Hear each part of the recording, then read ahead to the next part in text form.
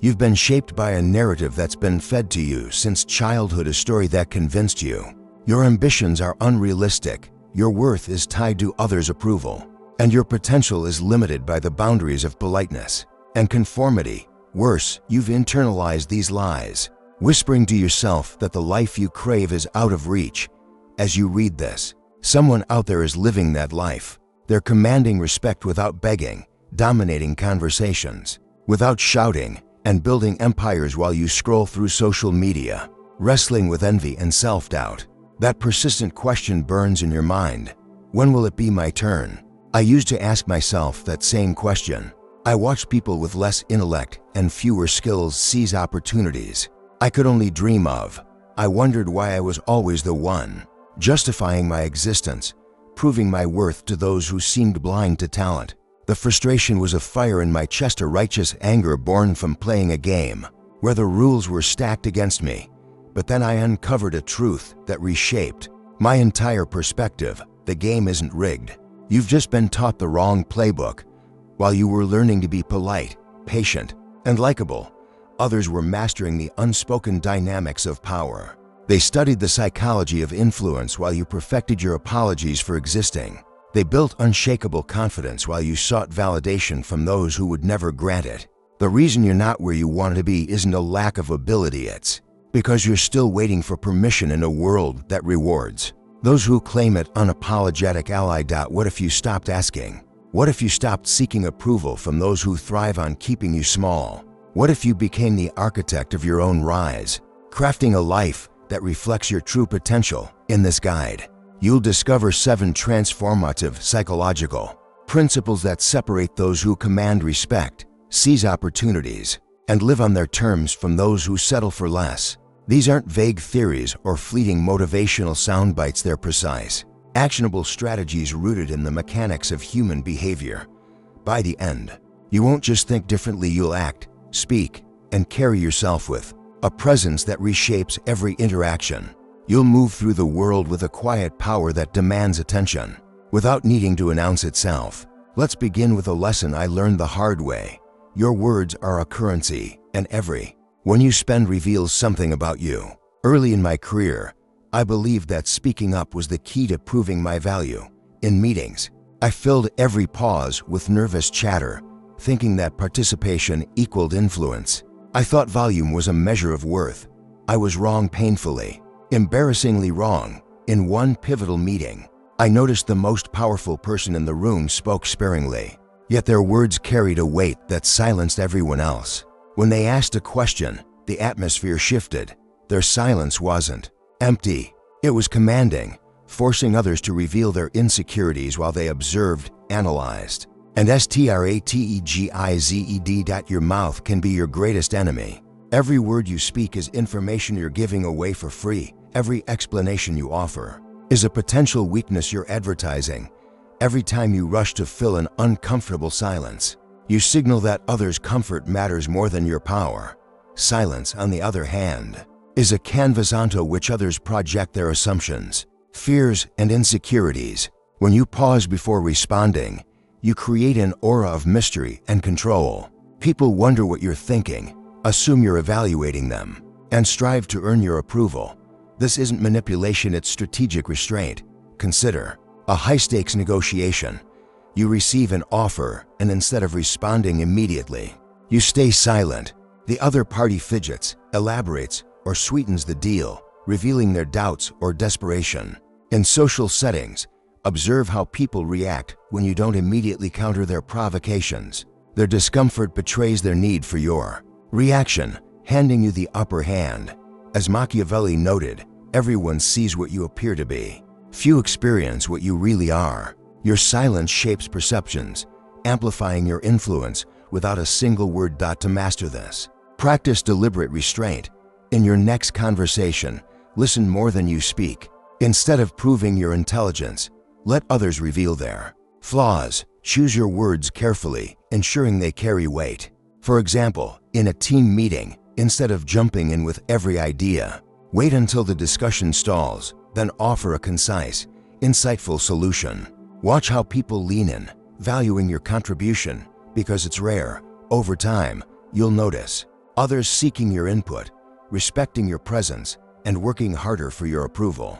Silence isn't the absence of power, it's the proof you don't need noise to command a room. Now, let's talk about emotions, because they can either be your greatest asset or your worst liability. I once trusted someone deeply, only to have them betray me by airing my private struggles in a public setting, twisting my vulnerabilities into a spectacle. The humiliation was visceral, urging me to lash out, to defend myself, to make them feel a fraction of my pain. But I chose silence, and in that moment, I learned a profound truth. Your emotions are not your identity, they're data to be analyzed, not impulses to obey. Emotions are temporary chemical reactions, signals that can guide or mislead you. Reacting impulsively gives others power over your state of mind. Instead, treat emotions as information. When someone provokes you, observe their tactics. Are they trying to unsettle you to gain control? When betrayal stings, note who benefits from your distress. By staying calm, you project strength and gather insights into others' motives. This emotional discipline, often called emotional untouchability, sets you apart as a beacon of stability in chaos. Imagine a workplace conflict where a colleague undermines you in front of your team. Your instinct is to defend yourself, but instead, you pause. You notice their tone, their word choice, the glances they exchange with others. Their attack reveals their insecurity, their need to diminish you to feel significant. By responding calmly or not responding at all, you shift the dynamic. You become the composed leader, while they expose their pettiness. This approach transforms emotional triggers into strategic opportunities. Machiavelli observed, "It is far safer to be feared than loved." Emotional untouchability commands respect, not through aggression, but through unyielding composure. To cultivate this, practice mindfulness techniques like journaling or meditation to process emotions privately. When triggered, take 3 deep breaths before responding, asking yourself, what is this person revealing about themselves? How can I use this to my advantage? Over time, you'll see others' emotional outbursts as clues to their weaknesses, not judgments on your worth. This shift empowers you to make decisions from clarity, not chaos, earning you trust and authority in any crisis. For example, consider a family gathering where a relative criticizes your career choices. Instead of arguing, smile and redirect the conversation. Their reaction, frustration, confusion, or insistence reveals their need to control the narrative. By refusing to engage, you preserve your energy and signal that their opinion doesn't dictate your path. This discipline extends beyond personal interactions. In leadership, those who remain calm during crises become the ones others turn to for guidance. Your ability to stay steady while others unravel makes you indispensable. Next, let's address the power of information. I used to be an open book, sharing my dreams, fears, and plans with anyone who showed even passing interest. I thought vulnerability was strength, transparency was trust. Then I realized my openness was being weaponized. My struggles became gossip, my ambitions became punchlines, my fears became tools for others to manipulate me. Information is power, and I was giving it away for free. Every interaction is an exchange of intelligence. While you're taught that sharing builds connection, others use it as leverage. The most powerful people guard their inner world, revealing only what serves their goals. They understand that mystery breeds respect, and scarcity creates value. By controlling what you share, you shape how others perceive your influence. Conversely, by listening carefully, you gather insights that give you an edge. Picture a casual coffee meeting with a colleague. They brag about a project's success, revealing their need for validation. They complain about a setback, exposing their pressure points. By listening attentively without reciprocating, you collect valuable data while preserving your own mystery. Machiavelli advised, "The wise man does at once what the fool does finally." Be strategic about what you disclose, and when, share just enough to build trust, but never so much that you lose leverage. To implement this, treat your personal information like a classified document. In professional settings, focus on results rather than personal struggles. If asked about your challenges, deflect with a vague but confident response. "I'm navigating some things, but I'm focused on the next steps." Simultaneously, become a master observer. Pay attention to what people reveal when they're trying to impress you or justify their failures. Their words betray their motivations, insecurities, and strategies. This isn't deceit, it's awareness. For instance, in a job interview, instead of oversharing your career doubts, highlight your achievements and ask thoughtful questions about the company's goals. You'll learn about their priorities while positioning yourself as confident and curious over time. This dual approach, guarding your information while gathering others, enables you to anticipate moves, build alliances, and create opportunities that align with your objectives.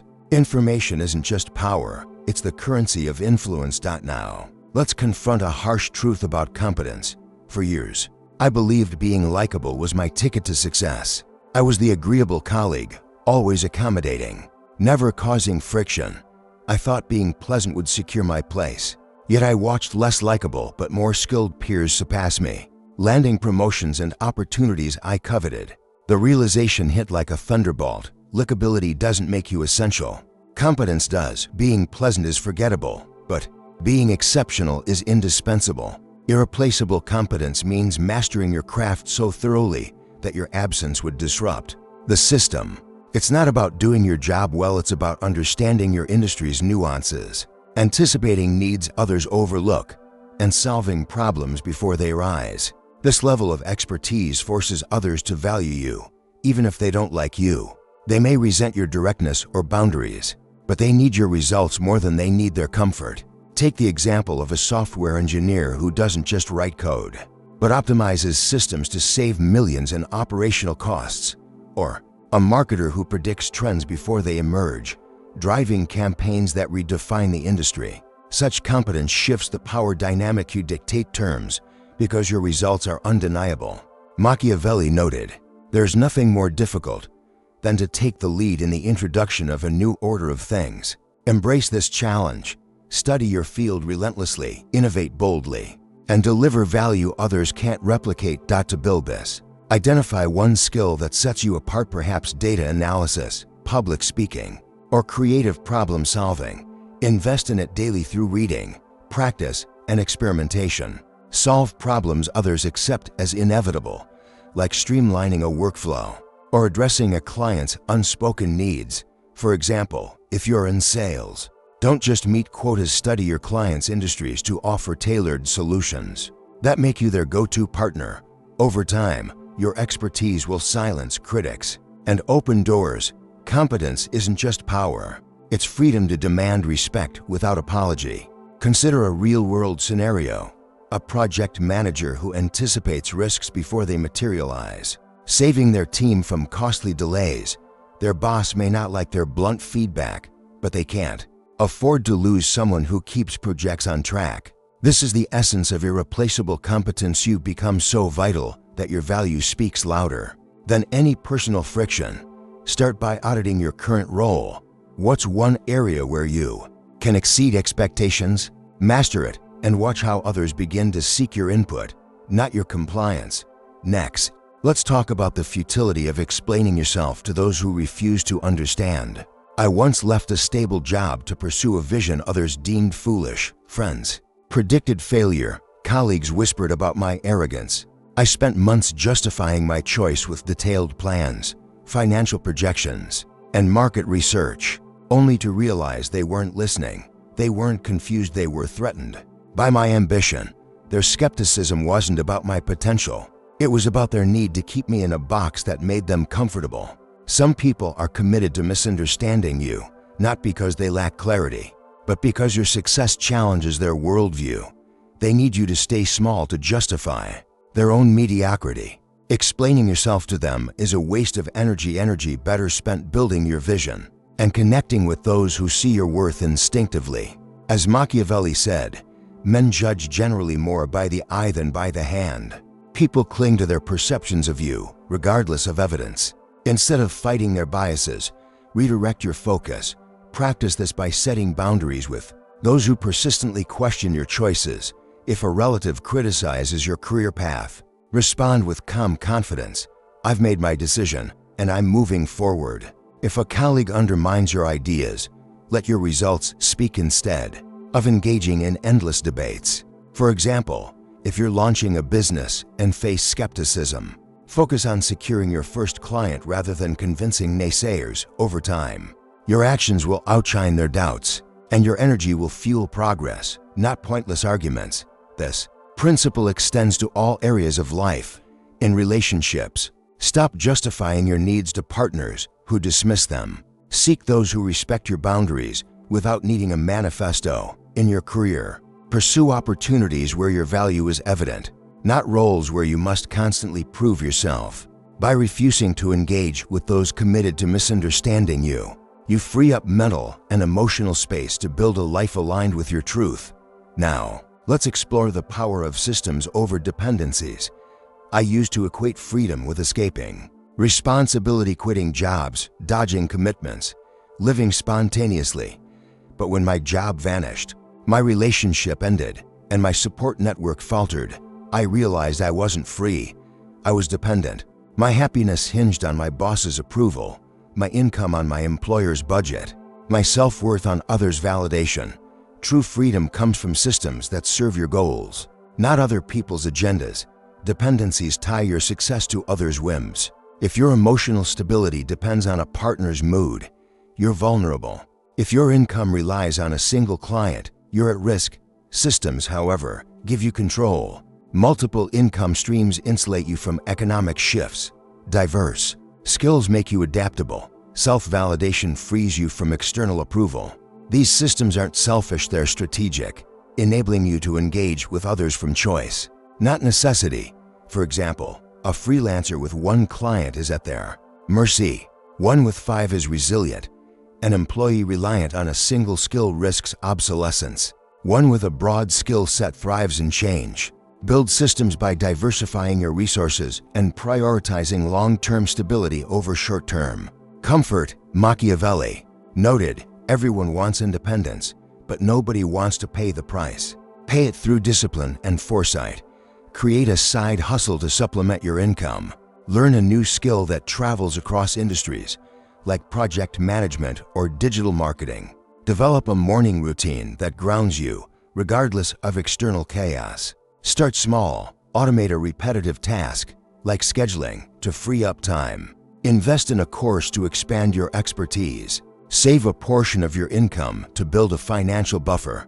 These steps create options, and options create power. With systems, you can walk away from toxic situations, a disrespectful boss, a draining relationship, because you've built alternatives that serve you. Dependencies make you negotiable, systems make you sovereign. Finally, let's confront the most challenging principle: strategic ruthlessness. I once had to cut ties with a lifelong friend. We'd shared dreams and struggles, but their constant complaints and stagnation drained my energy. Every conversation pulled me from my goals, and I realized loyalty was costing me growth. Strategic ruthlessness isn't cruelty, it's prioritizing your purpose over others' expectations. It's saying no to relationships that hinder you, even if they're not toxic. It's disappointing people who expect you to stay predictable. It's allocating your finite resources, time, energy, attention to what aligns with your vision. Machiavelli advised, he should not mind being called miserly. Be stingy with your resources to invest in what matters. For instance, declining a friend's request for help that derails your work isn't mean, it's strategic. Ending a partnership that no longer serves your growth isn't betrayal, it's clarity. Ruthlessness isn't about harming others. It's about refusing to enable weakness at your expense. Sometimes, the kindest act is the hardest, letting others face their challenges so they, too, can grow. Consider a scenario where a colleague asks you to cover their work. Knowing it'll delay your own projects, politely decline, citing your priorities. They may be upset, but you've preserved your energy for what drives your success. In personal life, if a relationship demands constant emotional labor without reciprocity, set boundaries or walk away. This isn't heartlessness, it's self-respect. Your resources are finite. Every yes to someone else's priority is a no to your own. To practice this, audit your commitments. List every demand on your time and ask, does this serve my goals? If not, cut it decisively but respectfully. For example, if you're invited to a social event that drains you, decline and spend that time on a passion project. Over time, you'll build a life aligned with your purpose, surrounded by people who elevate, not drain, you. Strategic ruthlessness separates dreamers from doers, transforming you from someone who reacts to life into someone who designs it. Here's the untouchable truth. You are not broken, too late, or too damaged to become who you're meant to be. The belief that your desire for respect, success, or power is selfish is a lie designed to keep you compliant. You're not here to be likable or comfortable, you're here to be unforgettable. Not through drama or attention seeking, but through competence, strategy, and emotional mastery. This journey isn't about becoming someone new. It's about shedding the conditioning that's kept you small. The world is full of people waiting for permission to live boldly, waiting for their boss to recognize their value, their partner to appreciate their efforts, or society to validate their dreams. You're done waiting. Permission isn't given, it's claimed. You don't need to announce your transformation. Your actions will speak. Relationships that matter will thrive on mutual respect. Opportunities meant for you will find you. And those who can't see your worth were never yours to keep. Stop asking. Start choosing. You don't need to be loud or just unforgettable. Claim what's yours and let your presence reshape the world.